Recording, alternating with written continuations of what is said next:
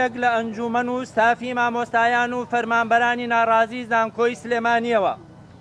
مامۆستایان و فەرمانبەران چین و توێژە جیاجاکانی هەرێمی کوردستان، سڵاوی خوای گەورە و میهرەبانتان لێبێت. بەڕێزان، لە بەرواری 3 حوتی 2024 لە وەڵامی نووسراوێکی سەرۆکی حکومەتی کاتبەڕێکەری هەرێمی کوردستان مەسرور بارزانی، دادگای فیدراڵی بە نووسراوی ژمارە 111 ڕوونی ئەکاتەوە کە ئەو بانکانەی مۆڵەتی فەرمی بانکی ناوەندیان هەیە و لقیان لە هەرێمی کوردستاندا هەیە ئەتوانن لە بەنیشتیمانیکردنی موچەی موچەخۆرانی هەرێمی کوردستاندا بەشدار بن. میدیای فەرمی و نافەرمیەکانی پارچی و پەیجە سێبەرەکانیان چاواشەکاریانە و وەک پیشەی هەمیشەییان ئەم ڕوونکردنەوەیان وەک مژدەیەکی دانپیانانی دادگای ناوبراو بە هەژماری بەدناوی مندا بڵاو کردەوە. لە کاتێکدا ئەم ڕوونکردنەوەیەی دادگای فیدراڵی هیچ شتێکی نوێی تێدا نییە، چونکە لە لاپەڕە 19 بڕیارەکەی پێشووی دادگادا دەرچوو لە 21 دوای 2024دا ئاماژەی داوە بە نیشتیمانیکردنی موچە لە ڕێی ئەو بانکانەی لە هەرێمی کوردستاندا هەنوو مۆڵەتی بانکی ناوەندیان هەیە.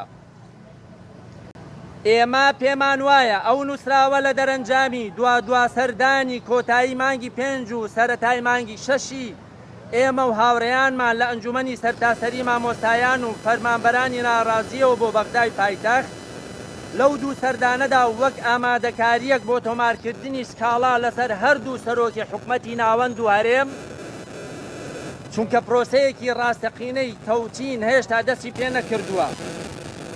لە بەرواری دەی 6 2024دا و لە ڕێی بەرێوەبەرایەتی جێبەجێکردن مدیریەت تەنفیذی دادگای کەرخەوە بڕیارەکەی دادگامان ئاراستەی هەردوو سەرۆکی حکومەت کرد تاوەکو بە پێی مادەی دا لە یاسای جێبەجێکردنی ژمارە 45 ساڵی 1984 هەژمارکراو لە کاتێکی گونجاو و بە دادپەروەرانە بڕیارەکەی دادگا بە هەردوو سەرۆک حکومەت جێبەجێ بکەن. ئەویش هەمان ئەو مادە یاساییەی کە دادگای فیدراڵی لە سەرەتای ڕوونکردنەوەی بەرواری 3 حوتی 2024دا ئاماژەی پێدراوە. لە ڕاستیدا ئامانجی نووسراوەکەی سەرۆکی حکومەتی هەرێم تەنها هەوڵێکی نەزۆکە بۆ خۆ دەربازکردن لە لێپێچینەوەی یاسایی، تاوەکو لەسەر بنەمای ڕوونکردنەوەکەی دادگای فیدراڵی بڵێت دەستم کردووە بە نیشتیمانیکردنی موچە، لە کاتێکدا هەر بە نیشتیمانیکردنێکی موچە ئەبێت لە دەرەوەی هەژماری من بێت.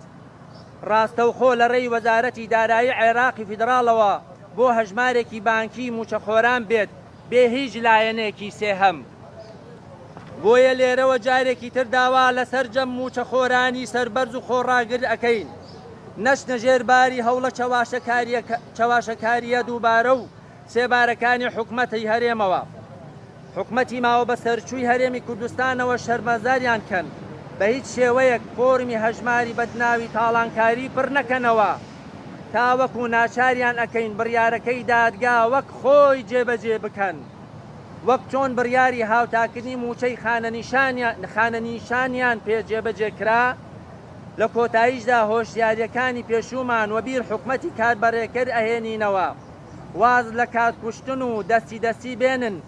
ئێمە بە پاڵپشتی خودا و یەک دەنگی گشتون و توێژەکانی تری کۆمەڵگا پوشومان درێژە و دەستبەرداری مافەزەوتکراوەکانمان نابین، لە فشارەمەدەنی و یاساییەکانمان بەردەوام ئەبین تا بەدەستهێنانیان.